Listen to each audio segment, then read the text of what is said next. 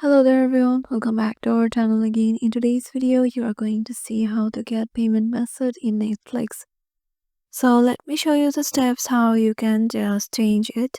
So change your Netflix payment method. You can log into your Netflix account, go to your account and select manage payment info and choose a payment method. Enter the information for your payment method and then select update payment method. You can also add a new payment method by selecting the plus add payment method. So if you are using Netflix app, within the app and go to the three lines icon on the upper left corner and tap account near the bottom of the menu and scroll down and tap update payment info. Tap a payment method, enter the information for your payment method and tap update payment method.